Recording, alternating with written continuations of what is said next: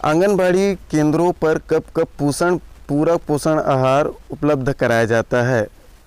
उत्तर, रविवार को छोड़कर एक माह में औसतन 25 दिन अर्थात वर्ष में 300 दिन। आंगनबाड़ी कार्यकर्ता किसके साथ मिलकर बालकों और गर्भवती महिलाओं को टीकाकरण करते हैं? उत्तर, स्वास्थ्य कार्यकर्ता एएनएम और मितानिन के साथ मिलकर। आंगनवाड़ी कार्यकर्ता गर्भवती महिलाओं की जांच की तारीख और जांच का नतीजा किस कार्ड में अंकित करती है? उसे क्या कहते हैं? जच्चा बच्चा कार्ड या ममता कार्ड में। हेपेटाइटिस रोग मनुष्य के किस अंग को क्षतिग्रस्त करता है? उत्तर, यकृत अर्थात लीवर को। रक्त में लम्स अर्थात लसिका में प्रोटोसेम अर्थात कोशिका द्रव्य के तथा बिलजूस अर्थात पित्त रस में से किस में एक प्रोटीन नहीं पाया जाता है? बिलजूस अर्थात पित्त रस में। महिलाओं में गर्भावस्था के दौरान स्तनों में दुग्ध निर्माण हेतु होने वाले परिवर्तन के कौन से हार्मोन्स उत्तरदायी होता है? Progesterone hormone. कौन से विटामिन जल में घुलनशील होते हैं? विटामिन बी और विटामिन सी जल में घुलनशील होते हैं। गौरतलब है कि जल में घुलनशील विटामिन को शरीर में संग्रहित नहीं किया जाता है। कौन से विटामिन वसा में घुलनशील होते हैं? विटामिन ए, डी, ई और के वसा में घुलनशील होते हैं। वसा में घुलनशील विटामिन आहार में वसा के साथ अवशोषित होते हैं और इसे शरीर के वसा युक्त ऊतक में संग्रहित किया जाता है। आंगनबाड़ी केंद्रों के माध्यम से कौन सी सुविधाएं दी जाती है? स्वास्थ्य जांच, प्राथमिक टीकाकरण, पूरक पोषण आहार तथा विद्यालय पूर्व प्राथमिक शिक्षा। हमारे देश में आंगनबाड़ी केंद्रों की शुरुआत क्यों की गई थी? एकीकृत बाल विकास योजना ICDS के उद्देश्यों की पूर्ति के लिए। एकीकृत बाल विकास योजना ICDS के एक अभिन्न अंग के रूप में आंगनबाड़ी केंद्रों की शुरुआत किस तारीख से हुई थी? 2 अक्टूबर 1975 से। आंगनबाड़ी केंद्रों द्वारा मुख्यतः कौन सी 6 सेवाएं प्रदान की जाती है? पूरक पोषण आहार, टीकाकरण, स्वास्थ्य जांच, पोषण एवं स्वास्थ्य शिक्षा, संदर्भ सेवाएं एवं प्रारंभिक बाल्यावस्था शिक्षा ECE। खसरा रोग किस आयु वर्ग के बच्चों को सर्वाधिक प्रभावित करता है? 6 माह से 3 वर्ष तक के बच्चों को। 2 अक्टूबर 1975 से प्रारंभ हुई समेकित बाल विकास परियोजना ICDS के हितग्राही कौन हैं? गर्भवती महिलाएं, स्तनपान कराने वाली माताएं तथा विद्यालय पूर्व छात्र। 2.5 माह की आयु में अर्थात जन्म के 10वें सप्ताह में शिशु को कौन सा टीका लगाया जाता है? DPT का दूसरा टीका। गौरतलब है कि DTP के दूसरे टीके की 3 प्राथमिक खुराक शिशु के जन्म के 6ठे सप्ताह की उम्र से 4 हफ्ता के अंतराल में 10वें और 14वें सप्ताह में दी जाती है। इसके बाद 2 बूस्टर डोज 15 से 18 महीने और 5 साल में दिए जाते हैं। इस प्रकार DTP के कुल 5 डोज दिए जाते हैं। नवजात शिशु में कितनी हड्डियां होती है? जो शिशु की वृद्धि के साथ साथ कुछ समय के बाद आपस में चिपक कर 206 हड्डियां में बदल जाती है। 300 हड्डियां। गरीब गर्भवती महिलाओं को पंजीकृत स्वास्थ्य संस्थानों में प्रसव के लिए प्रोत्साहित करने तथा महिलाओं और नवजात शिशुओं की मृत्यु दर को कम करने के लिए जननी सुरक्षा योजना कब से प्रारंभ की गई है? 12 अप्रैल 2005 से। बाल विवाह निषेध अधिनियम 2006 के अनुसार महिलाओं में बालक का अर्थ है कि वह व्यक्ति जिसकी उम्र कितने वर्ष से कम है? 18 वर्ष से कम। सितंबर 2014 में launch India newborn action plan INAP, जिसे हिंदी में भारत नवजात कार्य योजना कहते हैं, का लक्ष्य क्या है? नवजात मृत्यु दर को 2030 तक 1 अंक अर्थात 1 डिजिट में लाना। घरेलू हिंसा से महिला संरक्षण अधिनियम 2005 में कौन सी अपहानि शामिल है? इस अधिनियम में मानसिक एवं शारीरिक अपहानि दोनों शामिल है। बच्चे में प्रथम दांत दिखने की औसत आयु क्या होती है? 6 माह। भारत सरकार के स्वास्थ्य एवं परिवार कल्याण मंत्रालय ने किस तारीख को मिशन इंद्रधनुष की शुरुआत की थी? 25 दिसंबर 2014 को। मिशन इंद्रधनुष किससे संबंधित है? टीकाकरण से। मिशन इंद्रधनुष जो कि यूनिवर्सल टीकाकरण कार्यक्रम है में कितने टीकों को शामिल किया गया है? 12 टीका को। मिशन इंद्रधनुष में शामिल 12 टीके इस प्रकार हैं: तपेदिक, polio, myelitic, hepatitis B, diphtheria, pertussis, tetanus, खसरा, rubella, rotavirus, haemophilus influenza type B, जापानी एन्सेफेलाइटिक और न्यूमोफोकस के खिलाफ टीका। सघन मिशन इंद्रधनुष 1.0 किस वर्ष प्रारंभ हुआ था? वर्ष 2017 में। सघन मिशन इंद्रधनुष 2.0 किस वर्ष प्रारंभ हुआ था? वर्ष 2019 में। सघन मिशन इंद्रधनुष 3.0 किस वर्ष में प्रारंभ हुआ था? वर्ष 2021 में। सघन मिशन इंद्रधनुष 1.0, 2.0 तथा 3.0 का उद्देश्य नियमित टीकाकरण में छूटे बच्चों और गर्भवती महिलाओं को कवर करना है। महिलाओं का कार्यस्थल पर लैंगिक उत्पीड़न निवारण, प्रतिषेध तथा प्रतिलोप अधिनियम वर्ष 2013 में संसद द्वारा पारित किया गया था। यह कानून किस तारीख से लागू हुआ है? 9 दिसंबर 2013 से। महिला उद्यमियों की ज़रूरतों को पूरा करने की महिला ई हार्ट योजना किसकी संयुक्त पहल है? भारत के महिला एवं बाल विकास मंत्रालय और राष्ट्रीय महिला कोष की। संयुक्त राष्ट्र बाल अधिकार कन्वेंशन सम्मेलन 1989 के अनुसार कितने वर्ष तक की आयु वाले व्यक्ति को बालक कहा गया है? 0 से 18 वर्ष तक की आयु वाले व्यक्ति को। राष्ट्रीय महिला आयोग अधिनियम किस वर्ष पारित किया गया था? वर्ष 1990 में। राष्ट्रीय महिला आयोग अधिनियम 1990 के प्रावधानों के तहत जनवरी 1992 में राष्ट्रीय महिला आयोग की स्थापना की गई थी।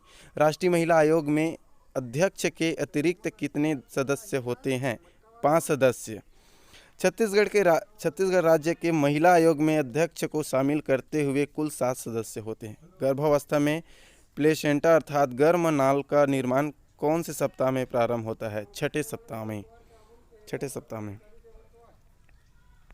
बाल विवाह निषेध अधिनियम 2006 किस दिन लागू किया गया था? 1 नवंबर 2007 से। निःशुल्क एवं अनिवार्य शिक्षा कानून अर्थात आरटी एक्ट 2009 में संसद द्वारा पारित किया गया था। यह कानून किस तारीख से पूरे देश में लागू हो गया? 1 अप्रैल 2010 से। संयुक्त राष्ट्र बाल अधिकार सम्मेलन 1989 के अनुसार कितने वर्ष की आयु वाले व्यक्ति को बालक कहा जाता है? 0 से 18 वर्ष तक की आयु वाले व्यक्ति को बालक कहा जाता है। सुचिता योजना का उद्देश्य क्या है? महिलाओं को सैनिटरी नैपकिन देना तथा उन्हें स्वच्छता के लिए जागरूक करना। किसके द्वारा वृद्धि निगरानी के लिए बच्चों का वजन, लंबाई, ऊंचाई की माप लेकर रिकॉर्ड अपडेट किया जाता है और संबंधित परिवारों को बच्चों की वृद्धि संबंधी परामर्श दिया जाता है? आंगनबाड़ी कार्यकर्ताओं द्वारा। लोगों द्वारा अपनी भलाई के लिए किसी कार्यक्रम की योजना बनाने, उसका कार्यान्वयन कराने एवं निरीक्षण करने के लिए सक्रिय रूप से भाग लेना क्या कहलाता है? सामुदायिक सहभागिता। छत्तीसगढ़ में किस तारीख से सुचिता योजना की शुरुआत की गई थी? 24 जनवरी 2017 से। यह भी याद रखें कि 24 जनवरी को प्रतिवर्ष राष्ट्रीय बालिका दिवस मनाया जाता है।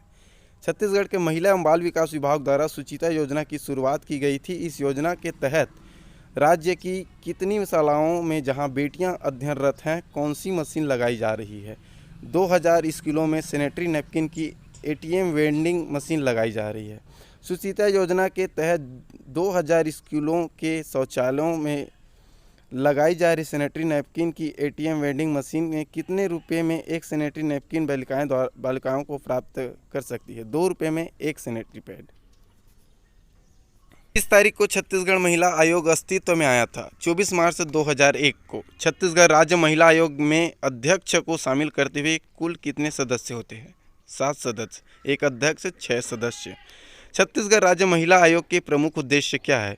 महिलाओं के संवैधानिक और कानूनी सुरक्षा उपायों की समीक्षा करना, उपचारात्मक वैज्ञानिक उपायों की सरकार को सिफारिश करना तथा शिकायतों के निराकरण की सुविधा प्रदान करना। इसके अलावा महिलाओं को प्रभावित करने वाले सभी नीतिगत मामलों में सरकार को परामर्श देना। महिला सुरक्षा एवं सशक्तिकरण हेतु सरकार को सुझाव भेजना। महिलाओं के संरक्षण हेतु आवेदन दिए गए महिलाओं के संरक्षण हेतु आवश्यक कदम उठाना। महिलाओं के सामाजिक, आर्थिक, शैक्षणिक एवं स्वास्थ्य की स्थिति पर गहन अध्ययन करना। महिलाओं के विरुद्ध होने वाले अपराधों की समय समय पर जानकारी संकलित करना आदि भी छत्तीसगढ़ राज्य महिला आयोग के कार्य हैं। आंगनबाड़ी कार्यकर्ताओं को महीने में 6,500 रुपये मानदेय मिलता है। मानदेय में केंद्र सरकार और छत्तीसगढ़ सरकार कितना भुगतान करती है? 4,500 केंद्र सरकार और 2,000 रुपये राज्य सरकार। छत्तीसगढ़ में आंगनबाड़ी सहायिका को कितना मासिक मानदेय मिलता है? 3,250 रुपये मानदेय। आंगनबाड़ी महिला पर्यवेक्षक का वेतन मान ग्रेड क्या है? 5200 से 20,200 रुपये का वेतन ग्रेड। मैट्रिक्स वेतन लेवल 6। छत्तीसगढ़ में 7 जुलाई से 16 जुलाई 2021 के मध्य हुए वजन त्यौहार में राज्य में कितने प्रतिशत बच्चे कुपोषित पाए गए? 18.84% बच्चे कुपोषित पाए गए हैं।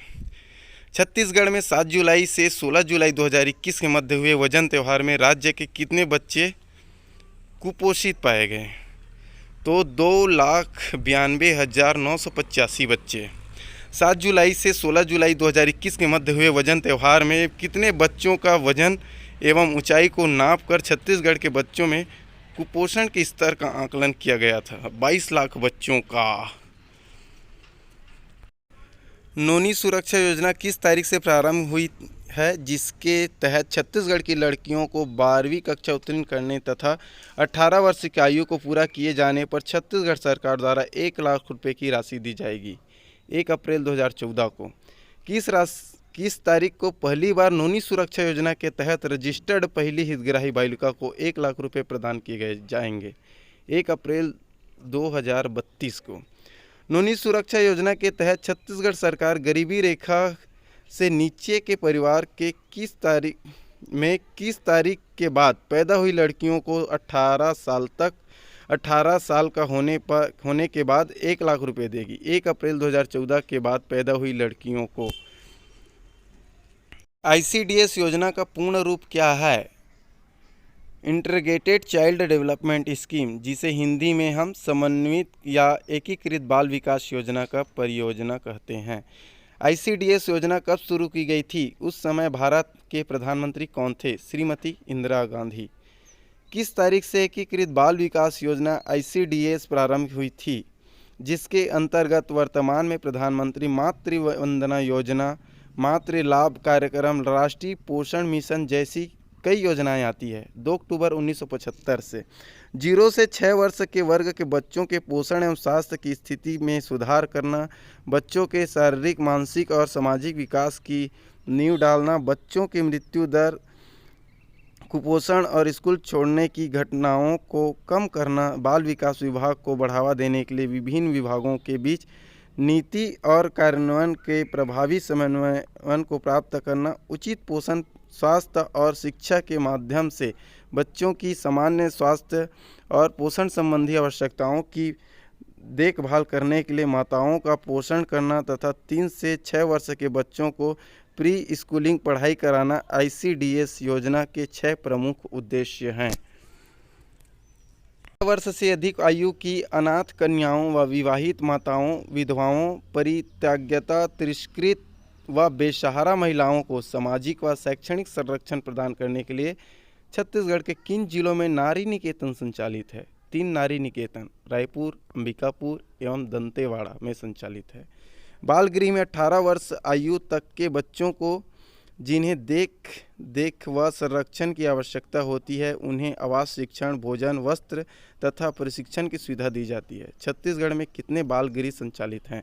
छत्तीसगढ़ में बालकों के लिए कवर्धा, जगदलपुर, दुर्ग एवं रायपुर में तथा बालिकाओं के लिए बिलासपुर तथा रायपुर में बाल गृह संचालित है।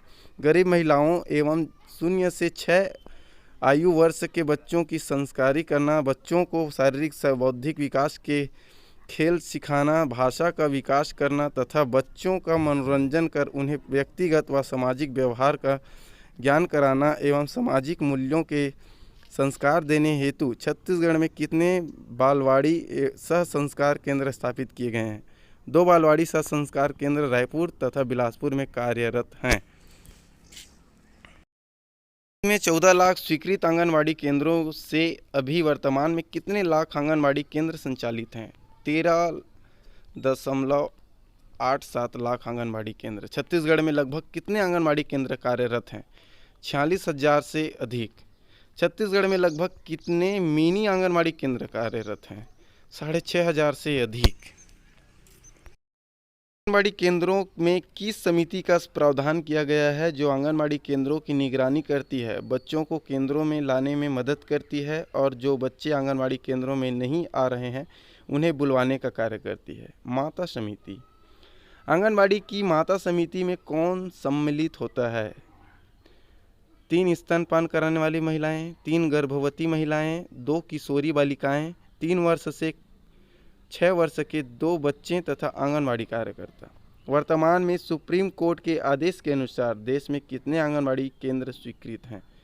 14 लाख आंगनबाड़ी केंद्र। कितने आंगनबाड़ी कार्यकर्ताओं पर सामान्यतः एक आंगनबाड़ी पर्यवेक्षक नियुक्त किया जाता है? 25 आंगनबाड़ी कार्यकर्ताओं पर। कौन आंगनबाड़ी कार्यक्रम और स्वास्थ्य विभाग के बीच एक महत्वपूर्ण कड़ी की भूमिका निभाती है? ICDS कार्यक्रम के तहत उनका मुख्य काम आंगनबाड़ी कार्यकर्ताओं के साथ टीकाकरण अभियान चलाना होता है। ANM अर्थात ऑक्सिलरी नर्स मिडवाइफनरी। राष्ट्रीय ग्रामीण स्वास्थ्य मिशन के तहत गांव स्तर पर किसकी नियुक्ति की व्यवस्था है जो महिलाओं, किशोरियों और बच्चों के पोषण और स्वास्थ्य को बेहतर बनाने के लिए ANM और आंगनबाड़ी कार्यकर्ता के साथ मिलकर काम करती है? महिला स्वास्थ्य कार्यकर्ता अर्थात मितानिन।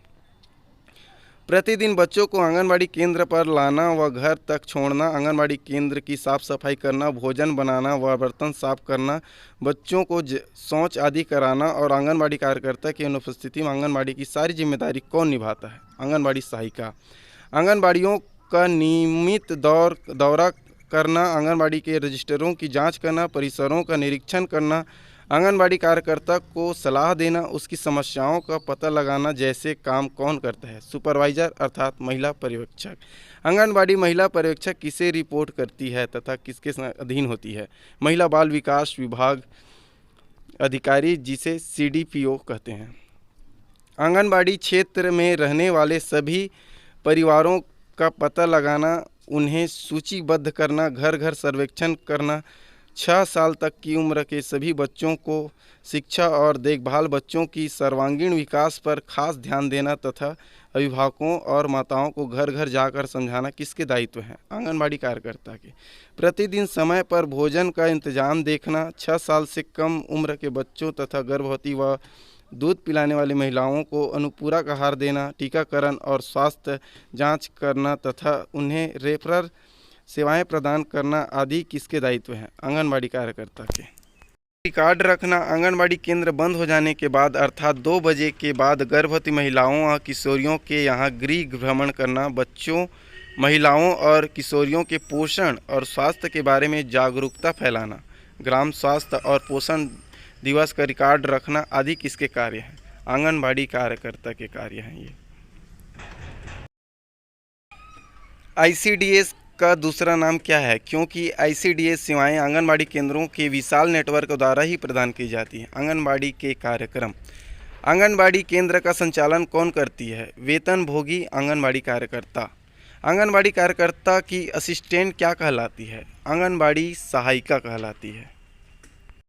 आमतौर पर ग्रामीण तथा शहरी क्षेत्रों में कितनी जनसंख्या पर एक आंगनबाड़ी केंद्र खोला जाता है? 400 से 800 की जनसंख्या पर। जनजातीय क्षेत्र अथवा पहाड़ी क्षेत्रों में कितनी जनसंख्या पर एक आंगनबाड़ी केंद्र स्थापित किया जाता है? 300 से 800 की जनसंख्या पर। ग्रामीण अथवा शहरी क्षेत्रों में कितनी जनसंख्या पर एक लघु आंगनबाड़ी केंद्र खोला जाता है? 150 से 400 की जनसंख्या पर। लघु आंगनबाड़ी केंद्रों को मिनी आंगनबाड़ी केंद्र भी कहा जाता है। इसे ध्यान में रखें, ये क्वेश्चन सॉर्ट आउट हो सकता है। अथवा जनजातीय क्षेत्रों में कितनी जनसंख्या पर एक लघु आंगनबाड़ी केंद्र खोला जा सकता है 150 से 300 की जनसंख्या पर। लघु आंगनबाड़ी केंद्रों में कौन सा एक पद नहीं होता है, अर्थात एक ही व्यक्ति पूरे केंद्र को संचालित करता है। लघु आंगनबाड़ी केंद्रों को केवल आंगनबाड़ी कार्यकर्ता ही संभालते हैं और वहां आंगनबाड़ी सहायक का कोई पद नहीं होता है। 2 अक्टूबर 1975 से शुरू हुए आंगनबाड़ी कार्यक्रम का पुनर्गठन एवं रूपांतरण कब किया गया है? अक्टूबर 2012 में। दोस्तों, चैनल को सब्सक्राइब जरूर करें। क्वेश्चन मैं आगे और बता रहा हूँ। पुनर्गठित आंगनबाड़ी कार्यक्रम 2012 के तहत सभी नई पुरानी सेवाओं को अब कितनी सेवाओं में बांटा गया है? 4 मुख्य सेवाओं में। पहला, शैशव देखभाल, शिक्षा और विकास, देखभाल और पोषण आहार, स्वास्थ्य सेवाएं, सामुदायिक चेतना, जागरूकता, सूचना, शिक्षा और संचार। आंगनबाड़ी कार्यक्रम ICDS के क्रियान्वयन की जिम्मेदारी छत्तीसगढ़ में किसकी है? छत्तीसगढ़ के महिला एवं बाल विकास विभाग की। छत्तीसगढ़ में आंगनबाड़ी केंद्रों का चयन एवं उनके पर्यवेक्षण की जिम्मेदारी किससे सौंपी गई है? संबंधित ग्राम पंचायत को सौंपी गई है इसकी जिम्मेदारी। जमीनी स्तर पर आंगनबाड़ी कार्यक्रम चलाने में सबसे बड़ी भूमिका किसकी होती है तथा उसे ही आंगनबाड़ी की बैकबोन भी कहा जाता है? आंगनबाड़ी कार्यकर्ता को। रविवार व त्योहारों के अवकाश को छोड़कर प्रतिदिन आंगनबाड़ी केंद्र खोलने का दायित्व किसका होता है? आंगनबाड़ी कार्यकर्ता का। अवकाश के दिन को छोड़कर प्रतिदिन आंगनबाड़ी केंद्र खुलने का समय क्या निर्धारित किया गया है? सुबह 8 बजे से दोपहर 2 बजे तक की समय आंगनबाड़ी के लिए निर्धारित की गई है। आंगनबाड़ी कार्यकर्ता तुरंत चिकित्सीय देखभाल की आवश्यकता वाली माताओं या बच्चों को निकट के सरकारी अस्पताल में भर्ती कराने के लिए जो पर्ची भरती है वह पर्ची क्या कहलाती है? रेफरल पर्ची। मोस्ट इम्पॉर्टेंट क्वेश्चन है। आंगनबाड़ी कार्यकर्ता अपने कार्य क्षेत्र में आने वाली सभी गर्भवती महिलाओं की स्वास्थ्य कार्यकर्ता द्वारा नियमित जांच किन महीनों में करवाती है? गर्भधारण के 4, 7वें और 9वें माह में। आंगनबाड़ी केंद्रों पर जो टीकाकरण किया जाता है उसके लिए कितना शुल्क लिया जाता है? आंगनबाड़ी केंद्रों पर दी जाने वाली सभी 6 सेवाएं मुफ्त होती है। चैनल को सब्सक्राइब करें, लाइक करें और सभी को शेयर करें।